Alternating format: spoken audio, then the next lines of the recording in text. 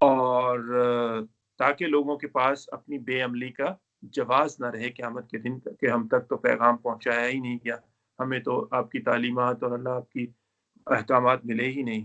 تو مقصد رسولوں کو بھیجنے کا انسانوں پر اتمام حجت۔ اس کے بعد آیت نمبر 166 سے لے کے 169 تک قرآن کی حقانیت کا بیان ہے جلالی اسلوب میں۔ اس میں اللہ نے فرمایا کہ اللہ اس بات پر خود گواہ ہے کہ اس نے قرآن حکیم کو اپنے علم کامل کا مظہر بنایا ہے اور اس کو نازل کیا ہے، اور فرشتے بھی اس بات کی گواہی دیتے ہیں، ویسے تو اللہ کی گواہی اکیلے ہی کافی ہے۔ اور اب اس کے بعد یہ کہ جو لوگ اس کتاب کا کفر کر رہے ہیں، خود بھی رک رہے ہیں، دوسروں کو بھی روک رہے ہیں، وہ دور کی گمراہی میں مبتلا ہیں۔ اللہ کہتا ہے کہ اللہ ان کو سیدھی راہ بالکل نہیں دکھائے گا، بلکہ ان کو جہنم کی راہ دکھائے گا۔ اس کے بعد 170 میں نبی صلی اللہ علیہ وسلم پر ایمان لانے کی دعوت دی گئی ہے کہ آپ کے پاس رسول برحق آ گئے ہیں صلی اللہ علیہ وسلم، اور ان کو جو ان کی بات ماننا، ان کی اطاعت کرنا تمہارے لیے فرض قرار دیا گیا، اور اگر انہوں نے ایسا نہیں کیا تو جان لیں آسمان اور زمین تو اللہ ہی کے لیے ہیں، اللہ ہی نے اس کو بنایا ہے، تو اس کی نافرمانی، رسول کی نافرمانی انہیں سخت سزا سے دوچار کر سکتی ہے۔ پھر اس کے بعد آیت نمبر 171 میں جو مبالغہ کیا انہوں نے، غلو کیا عیسائیوں نے، ان کو اعتدال پر رہنے کی دعوت دی جا رہی ہے کہ انہوں نے محبت میں، بے شک اس میں کوئی شک نہیں، محبت میں غلو کیا اور اتنے بڑھ گئے کہ اللہ کا بیٹا قرار دے دیا، معاذ اللہ ثم معاذ اللہ، عیسیٰ علیہ السلام کو، اور پھر ان کے ساتھ ان کی والدہ کو بھی معبود بنا دیا، عیسیٰ کو بھی بنا دیا، اور تثلیث کا عقیدہ گھڑ لیا، جبکہ اللہ کہتا ہے کہ اللہ جو عیسیٰ علیہ السلام ہے وہ اللہ کے بندے ہیں، اور اللہ کے کلمہ کن سے ان کا ظہور ہوا ہے، تو ان میں باپ کا حصہ نہیں ہے، اس میں اللہ کا کلمہ کن انوالو ہے۔ پھر اس کے بعد اگر بدقسمتی سے آج امت محمدی صلی اللہ علیہ وسلم کو دیکھیں تو ہم اپنے اطراف میں دیکھتے ہیں کہ مشرکانہ تصورات ہم میں بھی ہیں، اور بدعات کی صورت میں ہمارے ہاں بھی آ چکی ہے۔ بڑی خوبصورت شعر ہیں مولانا الطاف سینحالی رحمۃ اللہ علیہ کے، نبی کو جو چاہیں خدا کر دکھائیں، اماموں کا رتبہ نبی سے بڑھائیں، مزاروں پہ دن رات نظریں چڑھائیں، شہیدوں سے جا جا کے مانگے دعائیں، نہ توحید میں کچھ خلل اس سے آئے، نہ اسلام بگڑے نہ ایمان جائے۔ بڑے خوبصورت یہ شکوہ کیا انہوں نے۔ اس کے بعد 172 سے لے کے 173 اس میں بتایا گیا کہ مرتبہ جو ہے انسانوں کا، اس کی بلندی کیسے ہوگی۔ اس کی بلندی جو اللہ کے مقربین بندے ہیں وہ کیا کہتے ہیں، ان کا رویہ کیا ہے کہ ہم اللہ کے بندے ہیں، اس سے بڑھ کر کچھ بھی نہیں۔ ایون انبیاء کرام، عیسیٰ علیہ السلام، انہیں کہ میں بھی اللہ کا بندہ ہوں، اور تم بھی وہ میرا بھی رب ہے اور تمہارا بھی رب ہے، میری ماں بھی اس کی کنیز تھی، میں بھی اسی کا بندہ ہوں، یہ جو رسالت کا منصب دیا ہے یہ مجھے اس نے دیا ہے، اس کے علاوہ میں کچھ بھی نہیں، اور اب اس کے علاوہ کوئی تکبر کرے گا، اور عیسیٰ نے یہ بھی کہا کہ اللہ کے احکامات کے آگے سر جھکاؤ، اس کے علاوہ جو کوئی تکبر کرے گا اور سر جھکانے سے اللہ کے سامنے انکار کرے گا تو وہ آخرت میں دردناک عذاب سے دوچار ہوگا۔ پھر آگے آیات نمبر 174 سے 175 تک قرآن رسول رحمت کا ذریعہ بتایا گیا کہ پوری نوع انسانی کو دعوت دی جا رہی ہے کہ حق تمہارے پاس آ گیا ہے، واضح دلیلیں تمہارے پاس آ چکی ہیں، اور جو کوئی بھی ایمان لائیں گے اور اللہ سے اور اس قرآن سے چمٹ جائیں گے، اللہ ان کو اپنی رحمت عطا فرمائے گا، اپنا فضل عطا فرمائے گا، اور اپنے سیدھے راستے کی طرف ان کی رہنمائی فرمائے گا۔ اہدنا الصراط المستقیم، ان کی لازماً اللہ رہنمائی فرمائے گا، جو کوئی بھی اس کتاب کو مانیں گے کہ یہ کلام الہی ہے اور یہ برحق ہے، اور اس کے احکامات کو مانیں گے۔ تو اس میں لیکن یہ ہے کہ اگر کوئی شخص کوئی جس قانونی ایمان لا الہ الا اللہ محمد رسول اللہ اور عمل نام کی کوئی چیز نہ ہو، اس کے دل میں ایمان داخل یا نہ ہوا ہو، تو اللہ اس کو راستہ نہیں دکھائے گا۔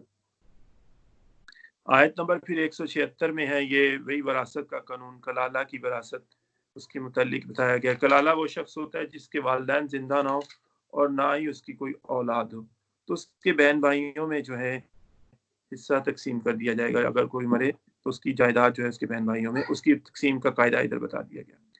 پھر سورہ مائدہ کا آغاز ہو رہا ہے. یہ بھی سورہ بہت اہم، نہایت اہم سورہ ہے شریعت اور نفاذ شریعت کے موضوع پر. آپ دیکھیے گا کہ کیسے کیسے اللہ بار بار ہمیں سمجھانے کی کوشش کر رہا ہے کہ کتنی اہم چیز ہے شریعت. اور آخر میں ایک مقالہ بھی انشاءاللہ آپ کو پڑھ کے سناؤں گا کہ لوگوں کے درمیان جو مغالطہ آرائی ہے، جو مبالغہ ہے، لوگ جو دھوکہ کھا رہے ہیں، جو غلطی کھا رہے ہیں شریعت کے متعلق. ایون ہمارے مسلمان بہن بھائی بھی، غیر مسلم تو جانتے ہی نہیں کہ شریعت ہے کیا ہے. کس نے بتانا ہے انہیں کہ شریعت کیا چیز ہے؟ کہ اللہ کا کتنا زور ہے. اگر اللہ کا دین قائم و دائم نہیں ہوگا، غالب نہیں ہوگا، تو آپ کیسے نافذ کریں گے اللہ کی شریعت کو، اللہ کے قانون کو، اللہ کے احکامات کو؟ اجتماعی طور پر تو بہت دور کی بات ہے، انفرادی طور پر بھی آپ سے کھینچے جا رہے ہیں یہ احکامات. آپ انفرادی طور پر بھی اللہ کے احکامات پر عمل نہیں کر سکتے جب تک اللہ کا دین قائم و دائم نہ ہو. اللہ کے رسول صلی اللہ علیہ وسلم نے 23 سال کے عرصے میں جب اس دین کو قائم کیا تب احکامات نافذ ہوئے اور اس کا نفاذ ہوا ہے خلفاء راشدین کے دور میں بھی. دین کو قائم کرنے کے بعد اتنی اہم چیز ہے. اس سورہ کے متعلق جو نبی صلی اللہ علیہ وسلم کا ارشاد ہے کہ اپنے مردوں کو سورہ مائدہ اور خواتین کو سورہ نور سکھاؤ. صرف پڑھاؤ نہیں، پڑھو بھی، سکھاؤ. اس میں وہ ماہر ہو ان صورتوں میں. اس کے مضامین کا تجزیہ کچھ یوں ہے کہ آیات 1 سے لے کے 11 تک احکام شریعت اور تکمیل شریعت کا اعلان ہے. 12 سے 43 تک اہل کتاب کی شریعت پر عمل اور نفاذ شریعت کے لیے جد و جہد سے پہلو تہی. 44 سے لے کے 50 تک نفاذ شریعت کے لیے پرزور تاکید. بار بار دیکھیے الفاظ آ رہے ہیں. 51 سے لے کے 56 تک جو لوگ یہ کام کریں گے ان کے اوصاف بتائیں گے. ان کو اللہ کیا کہتا ہے؟ حزب اللہ، اللہ کی جماعت، اللہ کی پارٹی. 57 سے لے کے 86 تک اہل کتاب کے لیے ترغیب بھی ہے اور ان پر ملامت بھی کی گئی. 87 سے لے کے 108 تک احکامات شریعت. پھر 109 سے لے کے 120 تک ایمان برسالت پر پرزور آیات ہیں. آیت نمبر 101 سے 2 تک اہم اصولی ہدایات دی گئی اور احکام شریعت دیے گئے. سب سے پہلے سورہ شروع ہو رہی ہے تو کس چیز سے؟ اہل ایمان سے کیا خطاب ہے؟ معاہدات کی پاسداری، کمٹمنٹ، کووننٹ. معاہدہ کرو تو پورا کرو، وعدہ کرو تو پورا کرو، کچھ بھی ہو جائے اس کی پاسداری کرنی. پھر اس کے بعد نیکی اور تقوی کے کاموں میں ایک دوسرے سے تعاون کرو اور گناہ اور ذاتی کے کاموں میں بالکل تعاون نہیں کرو بلکہ اس کی معاونت بھی نہ کرو. خود کرنا تو دور کی بات، اس کی معاونت بھی نہیں کرو. پھر اس کے بعد احکامات شریعت میں سے 4 یہ ہیں کہ اللہ نے چوپایوں میں مویشی جانوروں کے گوشت پر حلال کیے ہیں. حالت حرام میں شکار کرنا منع ہے. حرمت والے مہینے جو ہیں اس میں قربانی کے لیے لائے جانے والے جانور، حرم میں قربانی کے لیے وقف کردہ جانور، حج اور عمرہ کی غرض سے حرم کی طرف جانے والے عازمین اللہ کے شعائر میں سے ہیں، اللہ کی نشانیوں میں سے ہیں. یعنی ان کو دیکھ کر اللہ یاد آتا ہے. ان شعائر اللہ کی تعظیم ہر مسلمان پر فرض ہے. اور کسی قوم کی دشمنی اگر تم سے ہو تو اس بات کا یہ جواز نہ بن جائے کہ تم اس سے ظلم و زیادتی کرو. ذاتی نہیں کرنا. پھر آیت نمبر 3 میں جو دین اسلام ہے اللہ نے اس کو مکمل کر دیا. اس کو نے کہا کہ آج کے دن جو ہے نا، الیوم اکملت لکم دینکم واتممت علیکم نعمتی ورضیت لکم الاسلام دینا. کہ میں نے تمہارا دین آج کے دن مکمل کر دیا ہے اور تم پر اپنی نعمت تمام کر دی ہے اور تمہارے اسلام سے میں خوش ہوں. اللہ نے اسلام کو ایز جو ہے تمہارا وے آف لائف، تمہارا دین پسند کر لیا ہے. اس کے متعلق ہے اور اس کی بات کی بشارت دی گئی. اور اس کے بعد پھر اللہ نے جو 4 احکام شریعت اس میں بھی دیے کہ اللہ نے جو ہے مردار، خون، خنزیر کا گوشت اور اللہ کے سوا اگر کسی جانور پر کسی اور کا نام لیا گیا تو وہ اللہ نے حرام کیا گیا ہے. اگر مویشی کسی بھی وجہ سے ذبح کیے بغیر مر گیا تو وہ حرام ہے. مزار یا آستانوں پر ذبح کیے جانے والے جانور یا جوئے کے تیروں سے تقسیم شدہ گوشت بھی حرام ہے۔ جان چلی جانے کا خطرہ ہو تو اللہ نے کہا صرف اتنا ان میں سے کھانا کہ جان بچ جائے، جسم و جان کا رشتہ برقرار رہ جائے، ان چیزوں میں سے، ادروائز آپ ان چیزوں کو استعمال نہیں کر سکتے۔ پھر اللہ نے 4 سے 5 آیت میں جو پاکیزہ چیزیں جو حلال فرمائی ان کا ذکر ہے کہ اگر آپ نے اپنے سدھارے ہوئے شکاری جانور کو شکار پر چھوڑا تو اس کا مارا ہوا جانور، لیکن اللہ کا نام لے کر چھوڑیں گے اس کا مارا ہوا جانور جس میں سے وہ شکاری جانور خود نہ کھائے وہ تمہارے لیے حلال ہے۔ اہل کتاب کے حلال کردہ کھانے مسلمانوں کے لیے بھی حلال ہیں، اور مسلمانوں کے حلال کردہ کھانے اہل کتاب کے لیے بھی حلال ہیں۔ نیک سیرت مسلمان خواتین نیک سیرت اہل کتاب خواتین سے نکاح کر سکتے ہیں، لیکن مقصد گھر بسانا ہو، نہ کہ کوئی لذت یا خفیہ آشنائی۔ پھر اس کے بعد آیت نمبر 6 میں وضو کا بیان ہے۔ اس میں 4 فرائض جو وضو کے بتائے گئے کہ چہرے کا غسل، چہرہ دھویا جائے، ہاتھوں کا کونیوں سمیت غسل، سر کا مسح کرنا، اور پاؤں کا ٹخنوں سمیت غسل۔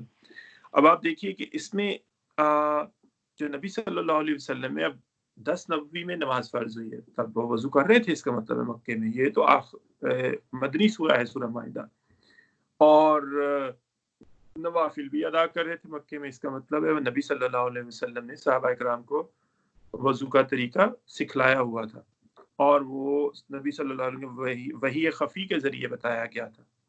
تو یہ اس بات کی دلیل ہے کہ کوئی وضو کے احکامات تو اب آ رہے ہیں، نبی صلی اللہ علیہ وسلم نے یہ چیزیں تو پہلے بتائی اور سکھلائی ہوئی ہیں صحابہ کو۔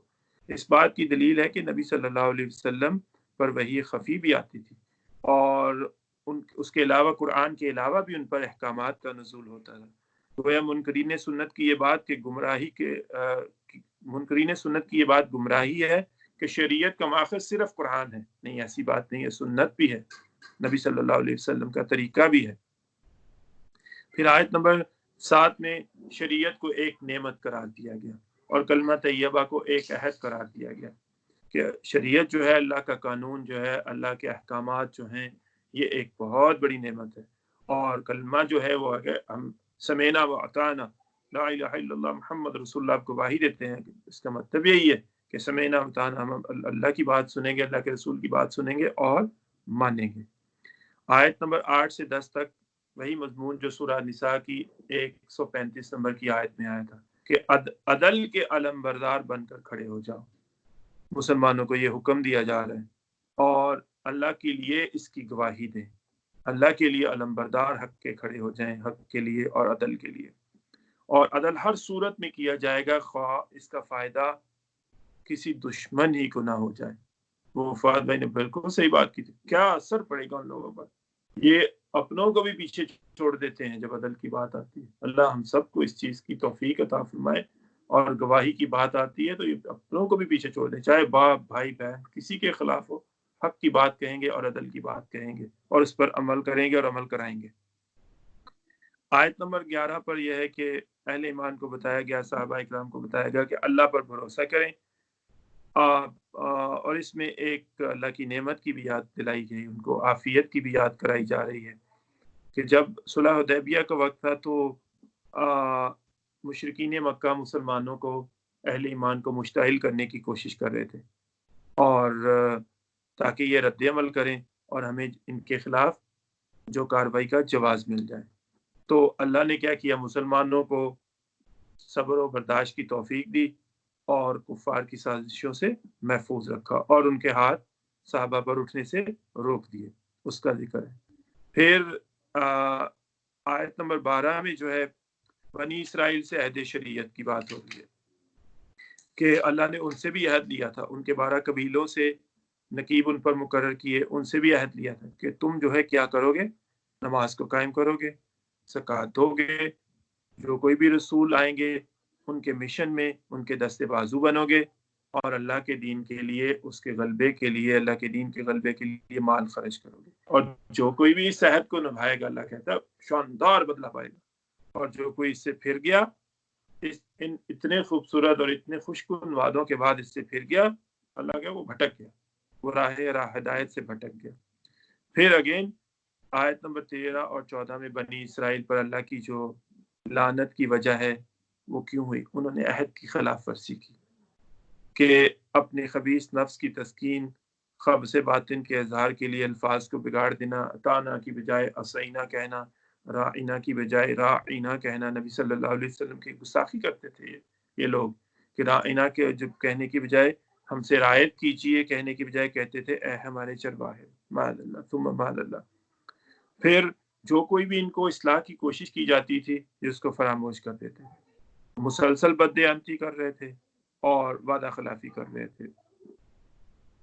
اس کے بعد آیت نمبر 15-16 میں اہل کتاب کو نبی صلی اللہ علیہ وسلم اور قرآن پر ایمان لانے کی دعوت دی جا رہی ہے۔ پھر اس میں بتایا کہ جا کے یہ جو نبی صلی اللہ علیہ وسلم آئے ہیں تم پر کھول کھول کر اللہ کی آیات تلاوت کریں، تمہیں بتا رہے ہیں اور میں یہ بتا رہے ہیں کہ تم نے اپنی کتابوں میں سے کتنا ظاہر کیا کتنا چھپایا، اور یہ واضح روشنی ہے، واضح کتاب ہے جو تمہاری طرف آ گئی ہے، اور اب تمہاری قسمت اٹیچ ہے اس کتاب اور اس نبی صلی اللہ علیہ وسلم سے۔ اگر تو ان کی بات مانو گے، اس کتاب پر عمل کرو گے تو راہ پاؤ گے، اگر نہیں کرو گے تو اللہ تمہاری سیدھے راستے کی طرف ہدایت نہیں کرے۔ اس کے بعد آیت نمبر 17 میں بتایا گیا کہ عیسیٰ علیہ السلام جو ہے معبود نہیں ہے، مخلوق ہیں۔ اور عیسائیوں کا ایک فرقہ تھا یعقوبیہ، اس نے کیا کیا کہ اس نے کہا کہ عیسیٰ علیہ السلام جو ہے معاذ اللہ ثم معاذ اللہ، اللہ کی ذات ان میں حلول کر گئی ہے، اور گویا عیسیٰ علیہ السلام ہی اللہ ہے، معاذ اللہ ثم معاذ اللہ۔ اور پھر اس کے بعد جبکہ آیت میں بتایا گیا کہ عیسیٰ علیہ السلام اور ان کی والدہ مریم سلام علیہا اللہ کی مخلوق ہیں، اگر وہ ان پر کوئی آفت نازل کرنا چاہے تو کون ہے جو اللہ کا ہاتھ پکڑ سکتا ہے؟ کون ہے جو اللہ کو روک سکتا ہے اس سے؟ اور اللہ کی قدرت کے سامنے وہ بے بس ہیں، جبکہ صرف اور صرف اللہ کی ذات ہی بااختیار اور ہر شے پر قادر ہے۔ پھر اس کے بعد آیت نمبر 18 میں یہ بتایا گیا کہ یہودی اور جو عیسائی اہل کتاب ہیں یہ دعویٰ کرتے ہیں کہ ہم جو ہے نا اللہ کے بہت محبوب ہیں، تو اللہ کہتا ہے ان سے کہو کہ پھر تمہیں وہ عذاب کیوں دیتا ہے؟ وہ اپنے محبوب بندوں کو تو عذاب نہیں دیتا، جن سے وہ خوش ہو ان کو تو وہ عذاب نہیں دیتا، ان کے لیے تو وہ آسانیاں کرتا ہے، رحمتیں نازل کرتا ہے ان پر، تمہیں عذاب کیوں آتے رہے؟ اور حقیقت یہ ہے کہ اللہ کی نگاہ میں سارے انسان اسی کے پیدا کردہ ہیں اور برابر ہیں۔ ہاں، محبت وہ ان سے کرتا ہے جو اس کے فرما بردار ہیں، جو اس کے سامنے جھکے ہوئے ہیں، وہ اس کے محبوب ہیں، وہ اللہ کے محبوب بندے ہیں، محبت وہ انہی سے کرتا ہے۔ اور اگر آج برا نہ مانیے تو ہم سے سوال پوچھے کہ ہم اللہ کے محبوب ہیں، ہم تو کہتے ہیں کہ تیرے حبیب کی امت سے ہیں، تو ہم پر یہ دیکھیے عذاب کے کوڑے جو برستے ہیں، ہماری حالت دیکھیے کہ اللہ کو احکامات کو ہم نے پس پش ڈالا ہوا ہے، اللہ کی شریعت کو، اللہ کے دین کو ہم نے پس پش ڈالا ہوا ہے، اس کا نفاذ کی کوشش نہیں کر رہے، تو آج سیم کنڈیشن ہماری ہے، جس طرح ان کو عذاب کے کوڑے پڑتے رہے آج ہمیں پڑ رہے۔ اس کے بعد آیت نمبر 19 میں اہل کتاب کے لیے اتمام حجت کر دیا گیا کہ نبی صلی اللہ علیہ وسلم کی صورت میں تمہارے پاس بشارت دینے والی کتاب اور خبردار کرنے والی ہستی آ چکی ہے، بشارت دینے والی اور خبردار کرنے والی ہستی آ چکی ہے، اور تم اب قیامت کے روز اپنی بے عملی کا جواز اللہ کے سامنے نہیں پیش کر سکتے۔ یہ نہیں کہو گے کہ ہمارے پاس کوئی خبردار کرنے والا اور بشارت دینے والا نہیں آیا، اس لیے خیر اسی میں ہے کہ نبی صلی اللہ علیہ وسلم پر ایمان لے آؤ۔ اس کے بعد آیت نمبر 20 سے 24 تک بنی اسرائیل کا نفاذ شریعت کے لیے قتال کرنے سے انکار۔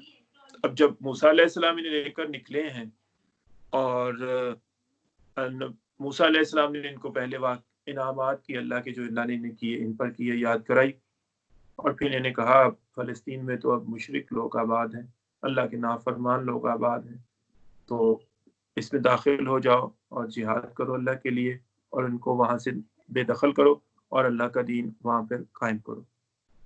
انہوں نے کہا موسیٰ علیہ السلام بڑے جبار لوگ ہیں، ہم سے یہ کام نہیں ہوگا، تو تم کوئی معجزہ جیسے پہلے معجزے دکھائے ہیں نا ویسے دکھاؤ تو پھر ہم بعد میں چلے جائیں گے۔ اور ان میں سے دو جو نیک لوگ تھے اللہ کے بندے تھے، یوشع بن نون اور کالب بن یکنہ، انہوں نے ان کو جھنجھوڑا، ان کو شرم دلائی، انہوں نے کیا کر رہے ہو تم لوگ،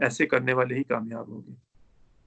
پھر آیت نمبر 36 سے 37 میں یہ بتایا گیا کہ جہنم میں کافر جہنم سے نکل نہیں سکیں گے، چاہے وہ پوری روئے عرضی کے برابر مال و اسباب لے آئے فدیہ میں دینے کے لیے، اور اس سے دوگنا بھی اللہ کہہ رہے ہیں فراہم کر لیں، اللہ کبھی قبول نہیں فرمائے گا ان سے، اور نہ اگر وہ نکلنا چاہیں گے بھی تو ان کو وہاں سے نہیں نکلنے دیا جائے گا، دائمی عذاب دیا جائے گا۔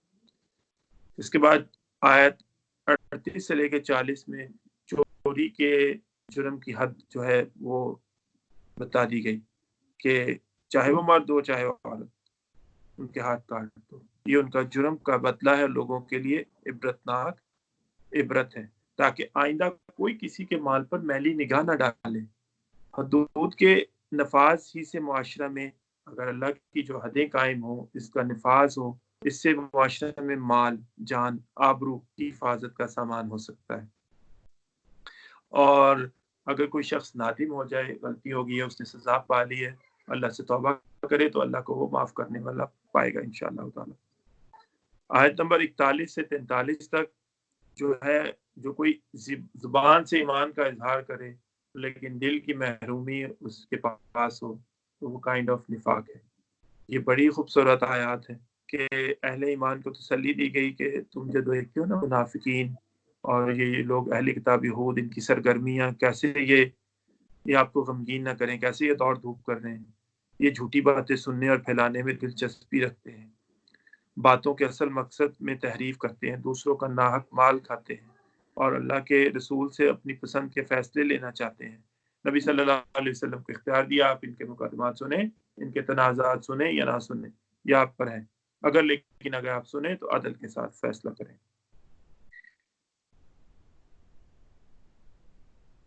اور اس میں یہ آیت نمبر 41 میں خصوصاً قانونی اور حقیقی ایمان کی وضاحت کر دی گئی، یہ بڑی خوبصورت آیت ہے۔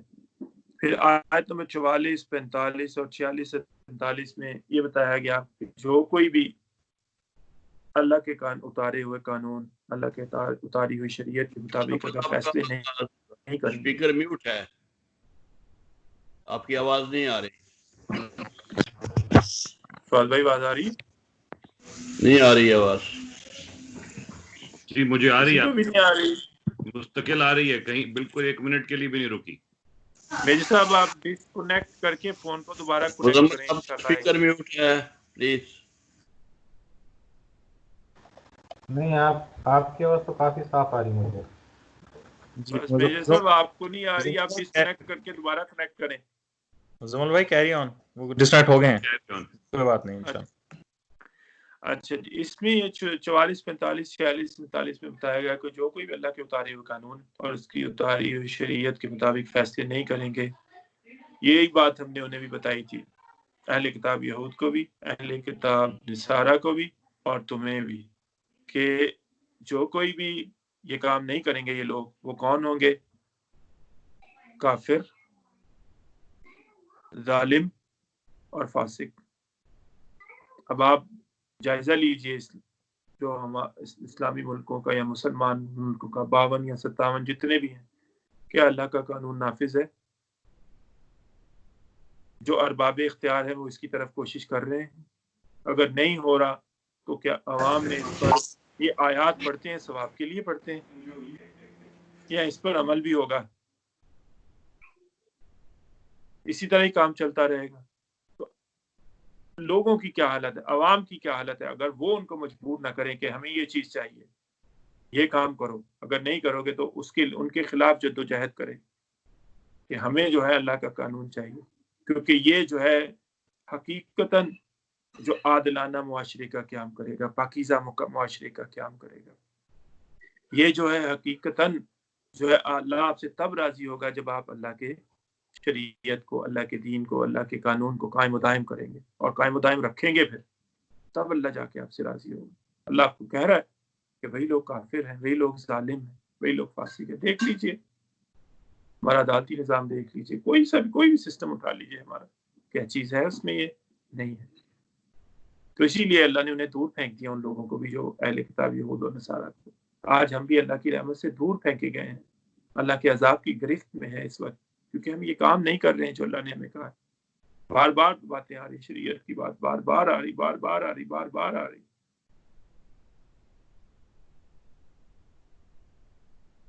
پھر آیت نمبر 48 سے لے کے 49 کہ اپنی خواہشات کی پیروی نہیں کرو، شریعت کو نافذ کرو۔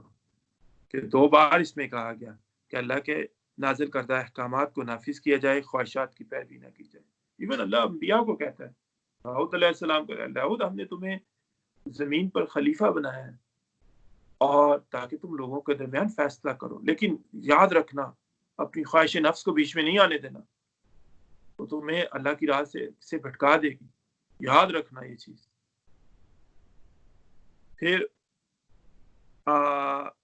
اس کے بعد آیت نمبر جو 50 میں اللہ قلعہ کر رہا ہے، کیا تم عادلانہ شریعت چاہتے ہو یا ظالمانہ نظام یا ظالمانہ جاہلیت، جنہیں جوڑا جا رہا ہے ہمیں کہ جو عادلانہ شریعت انسان کے جان مال تحفظ کی حفاظت کرتی ہے، یا تمہیں وہی جاہلیت کا دور چاہیے پہلے سے جس میں کسی کی جان مال عزت حفاظت نے قتل و غارت کری تھی، کتنا فساد برپا تھا، اور اس کے آنے کے بعد جب نبی صلی اللہ علیہ وسلم کے نظام کو اسٹیبلش کرنے کے بعد، دین کو قائم کرنے کے بعد، دیکھو کتنا امن و سکون ہے، کتنا کسی کی جرت نہیں ہے۔ پہلے تو مکالمہ میں آخر میں انشاءاللہ پڑھوں گا۔ آیت نمبر پھر 51 سے لے کے 53 تک یہ اہل ایمان کو بتایا جا رہا ہے کہ یہودیوں اور عیسائیوں کو اپنا دوست نہیں بنانا، یہ ایک دوسرے کے ولی ہیں، تم میں سے جو کوئی بھی یہ کام کرے گا ان کو اپنا قلبی دوست بنائے گا، ان کو اپنے راز بتائے گا، مسلمانوں کو چھوڑ کر ان کو دوست بنائے گا، وہ پھر قیامت کے دن بھی اللہ انہی کا شمار انہی میں سے کرے گا، ان لوگوں کا شمار یہودیوں اور عیسائیوں میں سے کرے گا، اور وہ نقصان والے ہوں گے، خسارہ پانے والے لوگ ہوں گے۔ پھر آیت اس کے برعکس اللہ کن لوگوں کو اپنا محبوب بناتا ہے، ان کی صفات بتا رہا ہے اللہ آیت نمبر 54 میں۔ وہ کیا کرتے ہیں؟ وہ اللہ ان سے محبت کرتا ہے سب سے پہلے، اور وہ اللہ سے محبت کرتے ہیں۔ والذین آمنوا اشد حبا للہ، وہ اللہ کی محبت میں شدید ترین ہے۔ وہ اہل ایمان کے حق میں انتہائی نرم، اور کافروں کے حوالے سے جو ہاسٹائل ہیں لوگ، جو ان کے دین میں اور کی طرف آنے سے لوگوں کو روکتے ہیں، اور خود بھی رکتے ہیں اور روکتے بھی ہیں، ان کے لیے انتہائی سخت ہیں وہ لوگ۔ وہ علامہ اقبال کا شعر شاید میں نے آپ کو سنایا تھا، ہو ہلکا یارم یاراں تو بریشم کی طرح نرم، رسم حق کو باطل ہو تو فولاد ہے مومن۔ یہ پھر اللہ کی راہ میں یہ لوگ جہاد کرنے والے ہیں، اور کسی ملامت کرنے والے کی ملامت سے ڈرنے والے نہیں ہیں۔ پھر اس کے بعد آیت نمبر 55 سے لے کے 56 تک اہل ایمان کے حقیقی دوست کون ہیں، ان کی فہرست بتائی گئی۔ سب سے پہلے اللہ ہے حقیقی دوست اہل ایمان، اس کے بعد نبی کریم صلی اللہ علیہ وسلم ہے، اور خود اہل ایمان ایک دوسرے کے حقیقی دوست ہیں۔ یہ کیا لوگ کرتے ہیں؟ یہ نماز کو قائم کرتے ہیں، زکوٰۃ کو دینے والے ہیں، عاجزی اور انکساری اللہ کے سامنے جھکے ہوئے ہیں اختیار کرنے والے ہیں لوگ ہیں۔ اور جو کوئی ان لوگوں کو اپنا حامی و ناصر بنائیں گے، ان لوگوں کو اپنا دوست بنائیں گے، یہ سب مل کر اللہ نے کیا کہتا ہے؟ یہ اللہ کی پارٹی ہے، یہ اللہ کی جماعت ہے، اللہ کی حزب اللہ ہے، اور اللہ آخر میں کہتا ہے کہ یہی جو ہے غالب آنے والے۔ پھر آیت نمبر 57 سے 60 تک دین اسلام کا جو لوگ مذاق اڑاتے ہیں، اللہ کہتا ہے ان کو ہرگز دوست نہیں بناؤ۔ ان لوگوں نے کیا کیا ہے کہ تمہارے دین کو کھیل تماشا سمجھتے ہیں، اس کا مذاق اڑاتے ہیں، اور اہل ایمان کی دشمنی صرف اسی وجہ سے یہ رکھے ہوئے ہیں کہ وہ اللہ پر ایمان لے آئے، نبی صلی اللہ علیہ وسلم پر ایمان لے آئے، آسمانی کتابوں پر ایمان لے آئے، اور حق کے علمبردار بن گئے، روز جزا کے دن پر ایمان لے آئے۔ جبکہ اللہ کہتا ہے یہ لوگ خود فاسق ہیں، اور یہ جانتے ہیں کہ گمراہی پر ہیں، اور اسی ضد اور تعصب کی بنا پر یہ تمہیں بھی اسی طرف لے کے جانا چاہتے ہیں۔ ان کو ہرگز دوست نہ بناؤ۔ پھر اگین 61 سے 64 تک یہود کے جو ہیں جو شرمناک جرائم بیان ہوئے ہیں کہ وہ کیا کرتے ہیں، ہم پڑھا ہے، وہ کیا کرتے ہیں کہ وہ اہل ایمان کے پاس آ کر کہتے ہیں کہ جی جھوٹا دعویٰ کرتے ہیں ہم بھی ایمان لے آئے، حالانکہ اللہ جانتا ہے کہ وہ کیا ظاہر کر رہے ہیں اور کیا چھپا رہے ہیں، اور ان کی اکثریت گناہوں، زیادتیوں اور حرام خوریوں کے جرائم میں بڑی تیزی دکھاتی ہے۔ ان کے علماء اور صوفیہ جو ہے ان کو حرام خوریوں سے روکتے نہیں، بلکہ ہیلہ سازیوں سے جرائم کے لیے جواز فراہم کرتے ہیں، ان کے علماء اور صوفیہ۔ پھر وہ اللہ کا ہاتھ، اللہ پر بہتان لگاتے ہیں، معاذ اللہ ثم معاذ اللہ، کہ اللہ کا ہاتھ بند ہو گیا اور ہم پر رحمت نازل نہیں فرما رہا۔ اللہ فرماتا ہے، تبصرہ کرتا ہے کہ اللہ کے دونوں ہاتھ تو کھلے ہوئے ہیں، ہمیں سمجھانے کے لیے کہ اللہ کے ہاتھ تو کھلے ہوئے ہیں، لیکن وہ کن پر اپنی رحمتیں نازل فرماتا ہے؟ اپنے فرما برداروں پر، اپنے محبوب بندوں پر۔ اور جبکہ ان کی بدعمالیوں اور ان کی گستاخیوں کی وجہ سے ان پر لعنت اور پھٹکار پڑ رہی ہے۔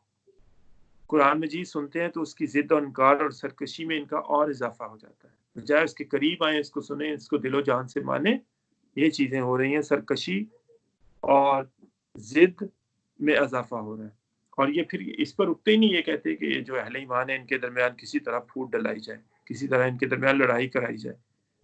اللہ نے بطور سزا کیا کیا ہے؟ ان کے درمیان بغض و عداوت اور نفرتیں پیدا کر دی ہیں، ان کے اپنے درمیان، اہل کتاب یہود کے درمیان۔ پھر آیت نمبر 65 سے 66 میں کیا بتایا جا رہا ہے؟ کہ برکات بتائی جا رہی ہیں نفاذ شریعت کی، 65 سے 66 میں۔ تو سب سے پہلے تو کیا ہوگا؟ آخرت میں اللہ ان کے ساتھ کیا کرے گا؟ جو لوگ اس کے لیے کوششیں کریں گے، جو اس کو اللہ کی شریعت کو، اللہ کے قانون کو قائم کریں گے، آخرت میں اللہ ان کی خطائیں معاف کر دے گا اور ان کو نعمتوں والی جنت میں داخل کرے گا۔ اور اس دنیا میں اللہ کیا کرے گا؟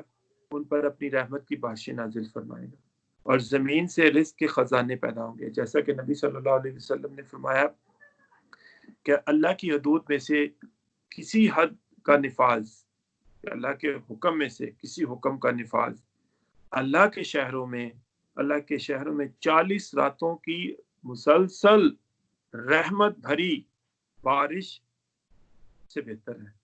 رحمت بھری بارش برس رہی ہو، مسلسل 40 راتیں برس رہی ہو، اللہ کے ایک حکم کا نفاذ، اللہ کی ایک حد کا نفاذ اتنا اہم ہے اللہ کی نظر میں۔ اور کیا کیا بنی اسرائیل نے؟ جو ہے ان وعدوں کی ناقدری کی اور وہ شریعت پر عمل اور اس کے نفاذ کی بجائے اللہ کی نافرمانیاں کرتے رہے۔ ذالک بما عصوا وکانوا یعتدون، یہ والی کنڈیشن تھی ان کی۔ لیکن اللہ ہمیں اس سے محفوظ فرمائے اور اللہ کے حکموں کو ماننے والا بنائے، آمین۔ پھر آیت نمبر 67 میں نبی صلی اللہ علیہ وسلم کی جو قرآن کی تبلیغ ہے، آپ صلی اللہ علیہ وسلم کا فرمایا گیا کہ یہ فرض منصبی ہے۔ اس میں فرمایا گیا کہ آئے نبی، جو کچھ بھی، every single word, every single آیا، جو کچھ بھی آپ پر نازل کیا جا رہا ہے آپ کے قلب مبارک پر، آپ پہنچا دیجئے۔ اور اگر آپ نے ایسا نہ کیا تو آپ نے اپنی رسالت کا حق ادا نہیں کیا، یہ اللہ فرما رہا ہے۔ اور پھر اللہ کہہ رہا ہے کہ تسلی دے رہا ہے کہ گھبرائیے نہیں، اللہ آپ کے ساتھ ہے، واللہ یعصمک من الناس، اللہ لازماً آپ کو انسانوں سے بچائے گا۔ اور کتنا خوبصورت تھا اپنا کام سر انجام دیا ہے نبی صلی اللہ علیہ وسلم، اس کو خوب جانتے ہیں۔ اور اس کے بعد کس کی یہ ذمہ داری ہے؟ کس کے کندھوں پر یہ ڈال کے گئے ہیں نبی کریم صلی اللہ علیہ وسلم؟ امت کے۔ اب تم نے یہ جو ہے every single word, every single آیت، ہر سورت، پورا قرآن یہ پہنچانا ہے، یہ تمہاری ذمہ داری۔ اگر تم یہ نہیں کرتے تو جان لیجئے کہ ہم اپنی امت جو ہے ہونے کا حق ادا نہیں کریں گے اگر یہ نہیں کریں گے۔ پھر آیت نمبر 68 میں شریعت نافذ نہ کرنے والوں کی اللہ کی نظام میں کوئی عزت نہیں ہے۔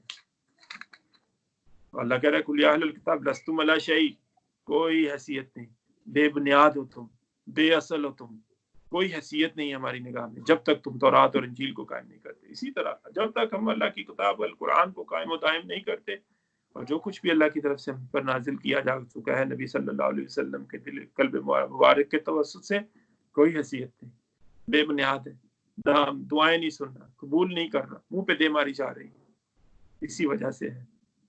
تب اصل بنیاد بنے گی، تب اصل پہ آؤ گے، تب حقیقت پہ آؤ گے، جب یہ پہنچاؤ گے، اس کو قائم و دائم کرو گے، اس قرآن کو۔ پھر آیت نمبر 69 میں ہے کہ کسی گروہ کی نسبت سے آخرت میں نجات ممکن نہیں۔ تو اگر کوئی کہے کہ جی میں تو عیسیٰ کا ماننے والا ہوں علیہ الصلوۃ والسلام، میں تو نبی صلی اللہ علیہ وسلم کا ماننے والا ہوں، میں تو چہیتا ہوں، میں تو جی محبوب ہوں، نو، اس میں کہا گیا نو، اس سے نہیں ملے گی۔ ملے گی تو کیا چیز، کس چیز سے ملے گی؟ اللہ کے حکموں کو مانیں گے اور اللہ کی رضا جوئی کے لیے مانیں گے، تب ملے گی فلاح۔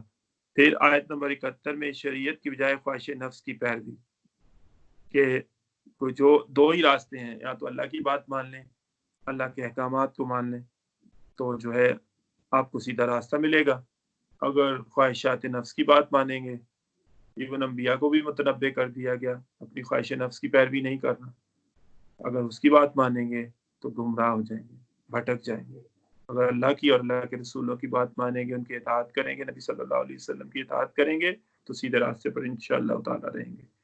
پھر آیت نمبر 72 سے 77 شرک کرنے والے پر اللہ نے جو ہے جنت کو حرام کر دیا۔ اس میں دو جو ہیں فرقوں کا ذکر ہے عیسائیوں کے، ایک تو تھا یعقوبیہ اور ایک تو تھا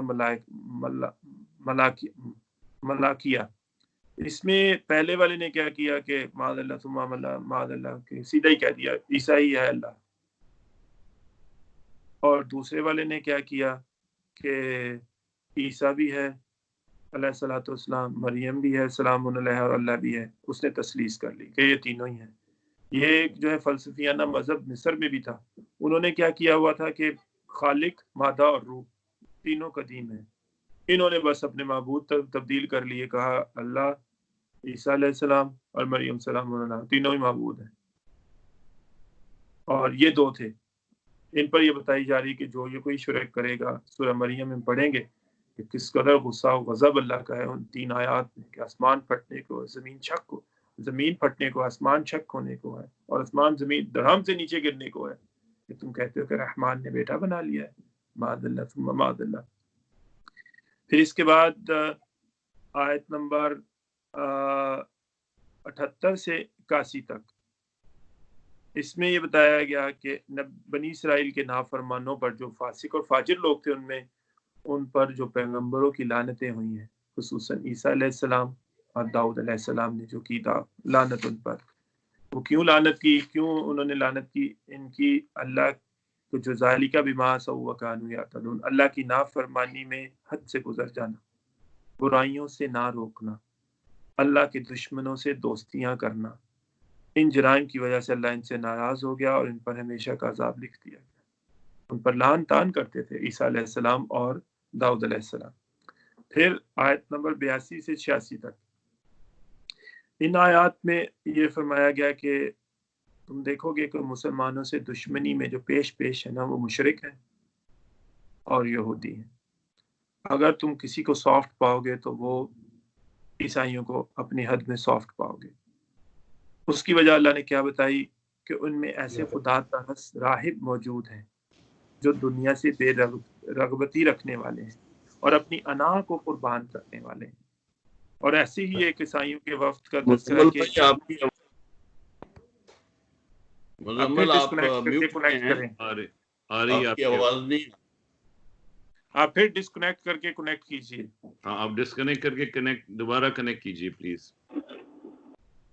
ایسے ہی عیسائیوں کے ایک وقت نے جب قرآن کریم کی تلاوت سنی تو بے اختیار ان کی آنکھوں میں آنسو جاری ہوں گے، وہ پکار اٹھے کہ ہم اس کلام پر ایمان لے آئے، یہ واقعی کلام بے برحق ہے، اور اللہ سے انہوں نے دعا کی اللہ ہمارا نام بھی گواہی دینے والوں میں شامل کر لے، ہم مانتے ہیں اس کتاب کو دل و جان سے۔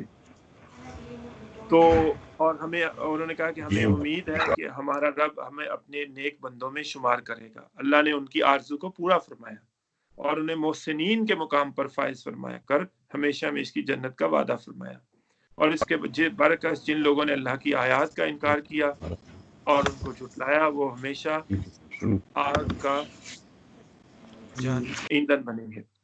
اس میں یہ جو مقالہ آپ کو پڑھ کے سنانا چاہتا ہوں، نفاذ شریعت کے حوالے سے یہ تھا مضمون۔ آپ دیکھیے کتنی اہمیت ہے اللہ کی شریعت کی، بار بار بار بار بار بار کیسے قائم کریں گے، کیا قائم ہے اس وقت؟ یہ مزمل بھائی آپ کی آواز نہیں آ رہی، آپ میوٹ پہ ہیں۔ سب کو آ رہی ہے میجر صاحب؟ اچھا، اس میں کتنی اہمیت ہے اللہ کے نزدیک اس چیز کی کہ اگر دین کو قائم نہیں ہوگا تو 100% شریعت قائم ہو دائم نہیں قائم نافذ نہیں کر سکیں گے۔ کسی جگہ آپ دیکھتے ہیں سعودیہ وغیرہ میں کچھ جو ہیں آپ سزائیں دیکھتے ہیں، اس کی اپنی برکات ہے، لیکن کیا دین قائم ہے وہاں پہ؟ 100% شریعت قائم ہے وہاں پہ؟ نہیں۔ اس کے حوالے سے جو ایک مغالطہ ہے ہمارے مسلمانوں کو، غیر مسلموں کو تو ہونا ہی ہے، مسلمانوں کو خود ہے، اس میں نفاذ شریعت کے حوالے سے عام طور پر ایک مغالطہ یہ پایا جاتا ہے اور یہ سمجھا جاتا ہے کہ نفاذ شریعت کا مطلب ہے چور کے ہاتھ کاٹنا، زانی کو سنسار کرنا، قاتلوں سے قصاص لینا۔ بلا شبہ شریعت اسلامی میں مذکورہ بالا جرائم کے لیے یہ سخت سزائیں رکھی گئی ہیں تاکہ معاشرے کو ان جرائم سے پاک کیا جائے اور ہر شہری کی جان، مال اور آبرو کے تحفظ کو یقینی بنایا جائے۔ لیکن اسلامی نظام میں سزاؤں کی حیثیت ثانوی ہے، سیکنڈری ہے۔ اسلامی نظام میں سزاؤں کی حیثیت ثانوی ہے، پرائمری نہیں ہے۔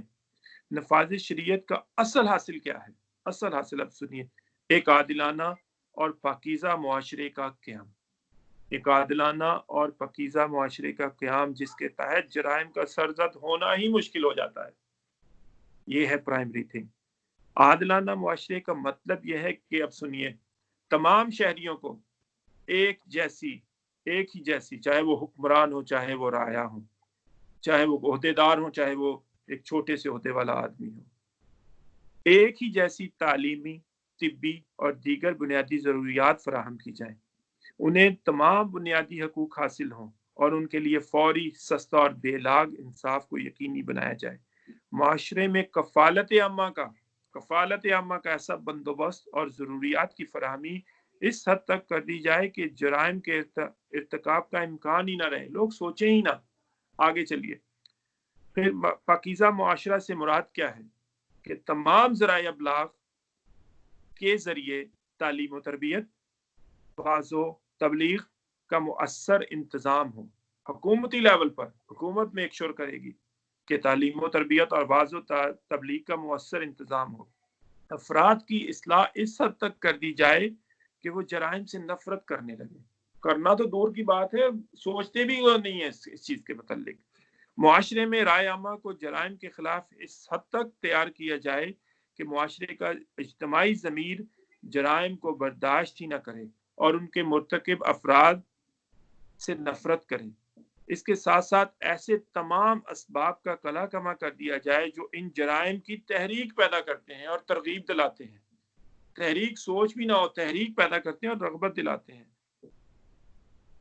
گویا معاشرتی زندگی میں ایسی رکاوٹیں پیدا کر دی جائیں کہ اگر کوئی شخص ان جرائم کا ارتکاب کرنا بھی چاہے تو نہ کر سکے، اسے ملے ہی نہ، میں کیسے جرم کروں یار، موقع ہی نہیں مل رہا۔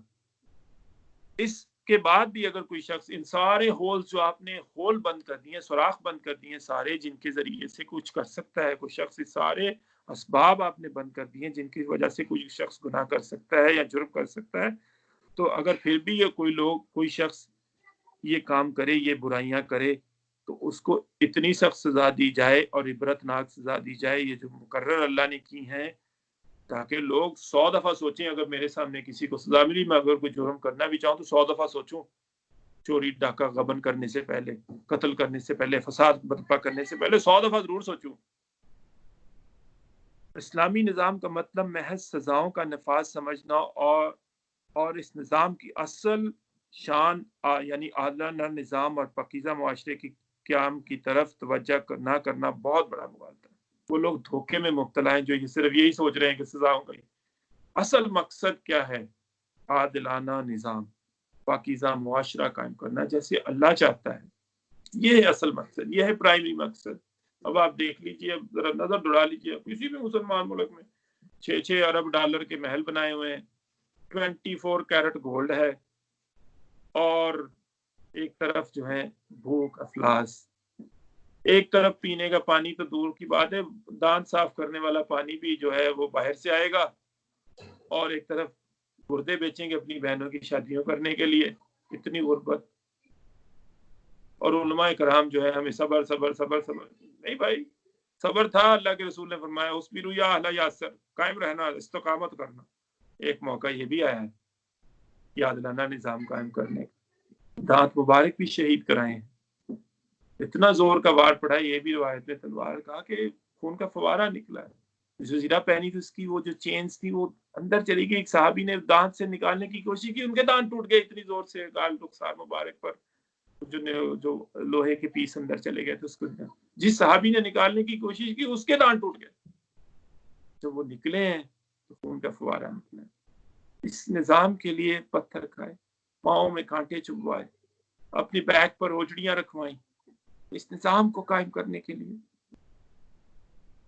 اتنے اعلیٰ، اتنے محبوب اپنے حبیب کو، اتنی مشکلیں، اتنی جو اذیتیں، صرف اور صرف اس نظام کو قائم کرنے کے لیے کہ یہ عادلانہ نظام قائم کر کے جاؤں جو میرا فرض منصبی ہے، یہ حکیم الدین کر کے جاؤں جو میرا فرض منصبی ہے، اور یہ دے کے جاؤں ان لوگوں کو تاکہ امن، سکون، راحت میسر ہو.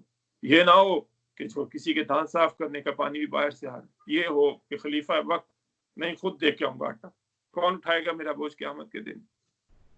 کوئی اعتراض کرنے والے کو جیل میں نہ ڈال دوں جو مجھ پر اعتراض کرتا ہے. بھائی سنو تو صحیح اس کی بات، کرتے کا اعتراض کرتا ہے، سنو تو صحیح اس کی بات، صحیح کہہ رہا ہے، معقول جواب دوں اس کا کہ کہاں سے آیا دوسرا پیس. آج کے اعتراض کر کے دیکھیں کسی لیڈر پر، جیل پہ ڈالو تو صحیح. کسی نے کل شیئر کیا مولانا اسحاق صاحب کی بات کہ آپ دیکھ لیجئے شرطا کھڑا ہے، دعا بھی نہیں دوسری مانگ سکتے، لکھی ہوئی دعا مانگیں گے. بھائی امام کعبہ خطبہ دینا تو بہت دور کی بات ہے. اعتراض کر کے دیکھیے، آپ کو ہٹا دیں گے اور کریں گے، جیل میں ڈالیں گے. کیا اسلاف نے بھی ایسے کیا تھا؟ کسی کو ڈالا تھا عمر نے جیل میں رضی اللہ تعالیٰ، کسی کو ڈالا تھا ابو بکر نے اپنے اوپر اعتراض کرنے والے کو. وہ تھا نظام، اس کی طرف ہم کوشش نہیں کرتے اور صبر صبر صبر صبر صبر کی تلقین لگائی کہ جنت نہیں ہے تو جہنم میں جائے. اس کا مطلب آپ انہیں اپنے بھائیوں کو، وہ بھی آپ کے بھائی ہیں، کریکٹ نہیں کر رہے جو ارباب اختیار ہیں، تو اس کا مطلب آپ چاہ رہے ہیں کہ وہ جہنم میں چلے جائیں. ہم اس وقت ریپرزینٹ نہیں کر رہے ہیں اس دین کو، اس کتاب کو، اس شریعت کو صحیح طرح سے ریپرزینٹ نہیں کر رہے. اور قیامت میں الٹی چٹی پڑ جائے گی جو کوئی بھی کلیم لے کے آئے گا میں تو محبوب ہوں، میں تو امت محمدی کا جو ہے بندہ ہوں، مجھے تو مغفرت ملی جائے گی چاہے سزا پا کر. الٹی چٹی پڑ جائے گی. یہ لوگ گواہی دے دیں گے ہمارے خلاف کہ اللہ ہم نے سیکولرزم لے کے آئے، ہم اپنی جو ہے دین دیا، انہوں نے ہمارا دین اپنا لیا. پڑھتے رہے، اب نماز روزے کرتے رہے، ہم نے خود انہیں مسجدیں بنا کے دی تھی، لیکن قانون ہمارا ہوگا، تمہارے رب کا قانون نہیں ہوگا. یہ باتیں مانتے ہیں. یہ ہے اصل چیز. کتنی تکرار کے ساتھ یہ بات، کتنی وضاحت کا اللہ ہر اینگل سے کھول کر ہمیں سمجھایا ہے کہ اتنا اہم ہے یہ چیز، اتنی اہم ہے یہ شریعت، اتنا اہم ہے یہ دین. یہ اس دنیا میں بھی فلاح ہے اور آخرت میں بھی فلاح ہے. اللہ اس کو ہمیں عمل کی توفیق عطا فرمائے، ان آیات کو سمجھنے کی توفیق عطا فرمائے، اپنے انفرادی معاملات میں اللہ کے احکامات کو ماننے اور اس پر عمل کرنے کی توفیق عطا فرمائے، اور اجتماعی معاملات میں بھی اللہ کے احکامات کو ماننے اور ان کی تنفیذ کی توفیق عطا فرمائے. تو یہ تھے چند مضامین آج کے جو ہے انشاءاللہ سورہ پارہ نمبر 7 کے مضامین جو ہیں وہ خلاصہ ڈاکٹر فواد صاحب انشاءاللہ کل ہمیں بتائیں گے. تو دعا کے ساتھ ختم کرتے ہیں. الحمدللہ رب العالمین والعاقبۃ للمتقین والصلاۃ والسلام علی سید الانبیاء والمرسلین. اللهم انس وحشتنا في قبورنا، اللهم ارحمنا بالقرآن العظيم واجعله لنا إماما ونورا وهدى ورحمة. اللهم ذكرنا منه ما نسينا وعلمنا منه ما جهلنا وارزقنا تلاوته آناء الليل وأطراف النهار واجعله لنا حجتين يا رب العالمين. ربنا آتنا في الدنيا حسنة وفي الآخرة حسنة وقنا عذاب النار. سبحانك اللهم وبحمدك نشهد ان لا اله الا انت نستغفرك ونتوب اليك. السلام علیکم. وعلیکم السلام ورحمۃ وعلیکم السلام ورحمۃ اللہ. جزاک اللہ خیر.